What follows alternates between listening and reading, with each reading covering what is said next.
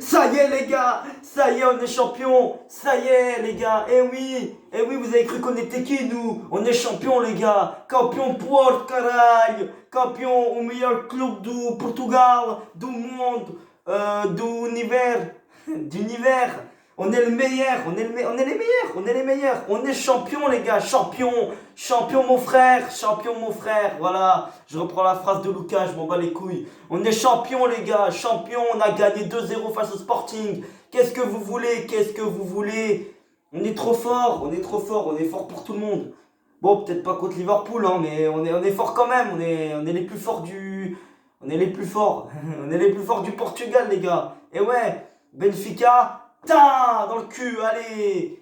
Hop là, même pas champion. Ah ouais, avant le Classico, hein, début 2020, ça disait on a 7 points d'avance, vous allez être champion. Eh bah dans le cul, voilà, même pas. On vous a rattrapé, on a fait une remontada de ouf. Ça, je vous l'expliquerai dans le débrief. D'abord, venez avec moi d'abord. Ah, quand même, regardez, quand même. Bon, j'ai le bruit de la télé, tu vois, tranquille. Tranquille. Regardez, ça y est, on est champion les gars. On est champion. Et voilà, regarde. C'est incroyable. Et oui. Bah oui, on est champion. On est champion, ça change tout. Bon, on va faire le débrief. Bon, sans discontinuer, on va faire le débrief. Oh, c'était juste un truc comme ça, hein, pour aussi chambre Benfica aussi, parce que ils sont quand même nuls. Bon, je vais ramener la chaise, tranquille, il n'y aura pas de montage comme d'habitude, il n'y en a jamais d'ailleurs. Ça, vous le remarquerez. Bon, on est champion, ça y est les gars. Tiens, tu vois ce club-là, tu vois celui-là, là. Ça c'est le meilleur club, c'est le meilleur. Voilà, 2 titres en 2 ans, ça y est les gars. On revient, les gars, 2 titres en 3 ans, plutôt, en 3 saisons, on a 2 titres. On revient, ça y est, au Portugal, parce que c'est vrai que depuis 2014, on gagnait plus rien, hein, clairement. On faisait que des années blanches, à part en 2018, on avait gagné le championnat, comme je vous l'avais déjà dit. Mais là, franchement, 2020, on le gagne, on gagne 2 ans après. C'est bien, hein. On revient, de nouveau au niveau de Benfica. Ça fait déjà quelques années, hein. Benfica, voilà. Donc, on est champion, ça y est, c'est officiel, on est champion. Ils peuvent plus nous rattraper. On a 8 points d'avance sur Benfica, vu qu'ils ont gagné hier. Mais du coup, si on perd nos 2 derniers matchs et eux, ils les gagnent, ça fera 2 points d'avance pour nous, pardon. Ça fera 2 points d'avance toujours pour nous. Donc, de toute façon, ils pourront plus jamais égaliser. Les gars, c'est incroyable, il faut que je vous dise. Hein. Le Classico, Porto-Benfica au Dragon. 9 février, les gars, on avait combien de points de retard? 7. On avait 7 points de retard. 7 points. Ensuite, il y a eu encore quelques matchs avant l'arrêt des matchs à cause du Covid. On a gagné des matchs. Eux, ils ont perdu 2 matchs de suite. Ils ont fait des matchs nuls. Et on avait 1 point d'avance sur Benfica à la pause. Donc, s'ils arrêtaient tout, si ça faisait comme en France, on était champion. Et clairement, ça n'aurait pas eu de saveur, tu vois. Ça m'aurait fait plaisir, mais il n'y aurait pas eu de saveur. Les gars, bon, on a galéré dans les premiers matchs. Hein,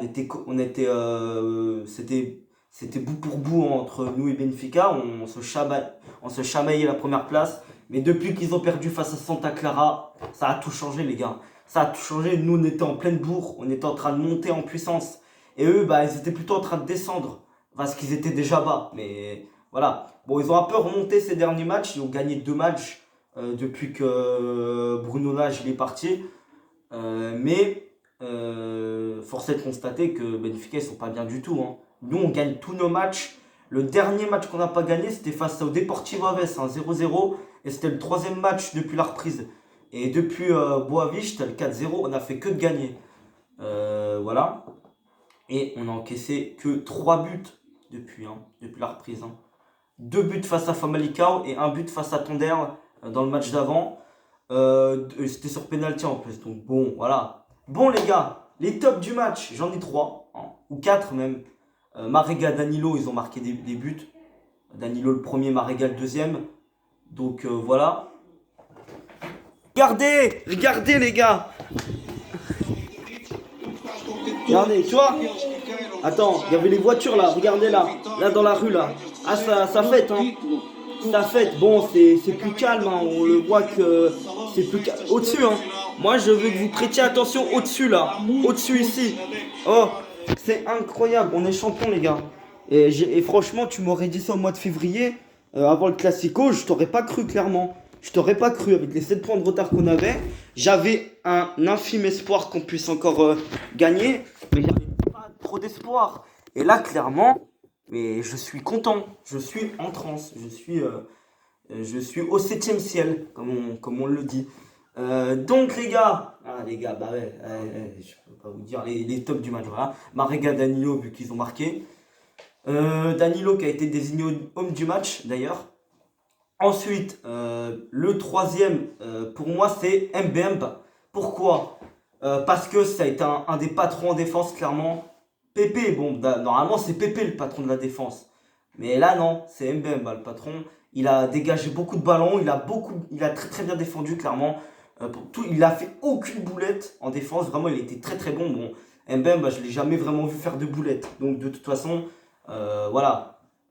Mais en tout cas, vraiment, il a fait du beau boulot en défense. Et Luis Diaz, comme d'habitude, il a violé des pères de famille, comme d'habitude, comme d'hab. Hein. De toute façon, j'ai envie de te dire, au bout d'un moment, il feinte un petit peu. Il tente aussi une aile de pigeon. Bon, ça n'a pas réussi. Bon. Il a tenté des trucs. Hein. Fabio Vieira, voilà, c'est un de mes flops. Parce que, bon, voilà, il n'est pas très habitué. Il est jeune encore, il a 20 ans. Peut-être qu'il doit encore régler. Quand tu es jeune, tu dois régler encore quelques gommes. Tu dois gommer des trucs, tu vois. T'as quelques défauts encore. C'est vers 25, 26 ans où là, vraiment, t'es vraiment. Voilà, t'as plus rien, t'as de l'expérience et tout. T'as- pour un grand joueur, t'as plus de lacunes, quoi. Pour un très très grand joueur, tu vois. Par exemple, un Sergio Ramos ou un Pepe, hein, d'ailleurs, va pas te faire de grosses erreurs. Tu vois, va pas te faire des erreurs de jeunesse.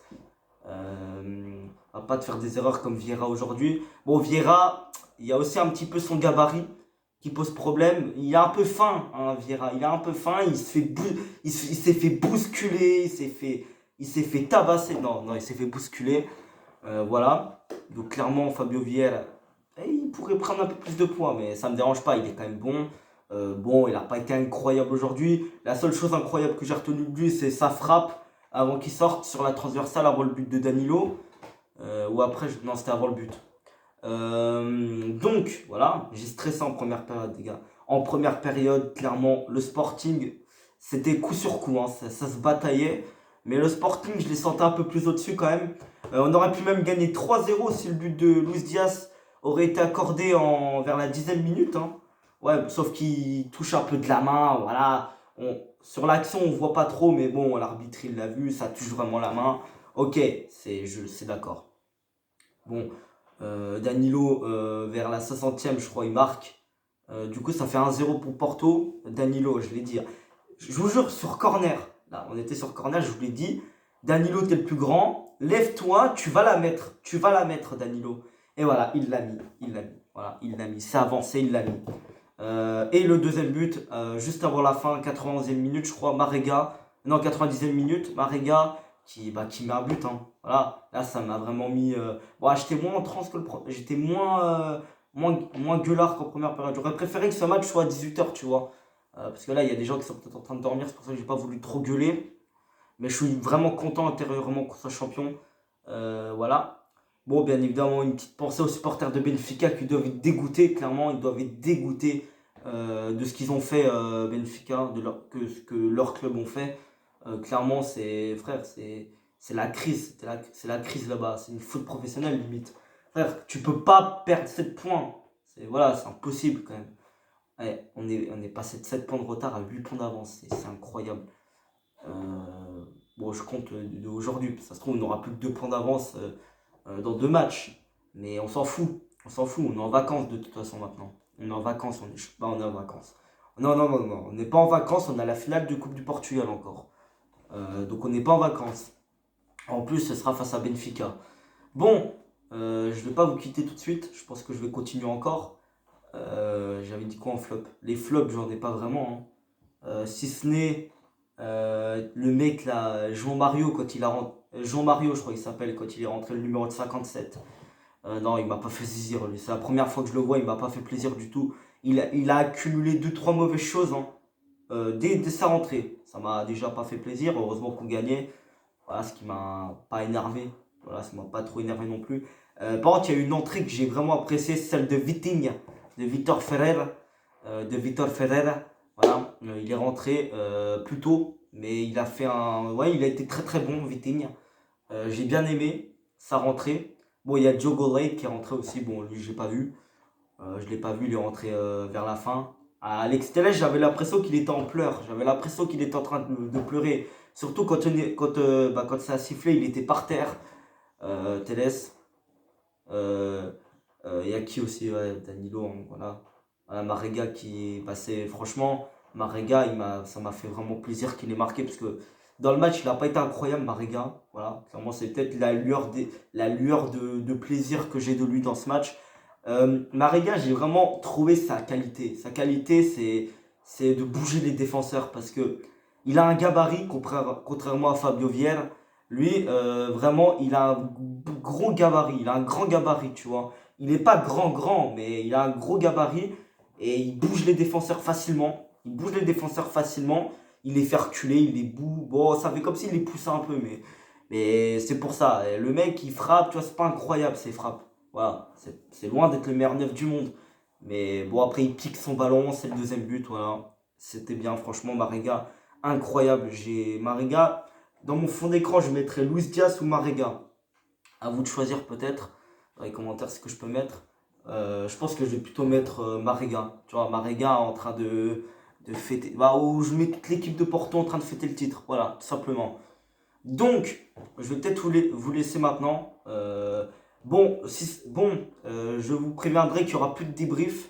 Si, la finale de Coupe du Portugal, mais il n'y aura plus de débrief. Il n'y aura pas les débriefs des deux derniers matchs face à Moreirense et Braga, vu que de toute façon, on joue plus rien en championnat.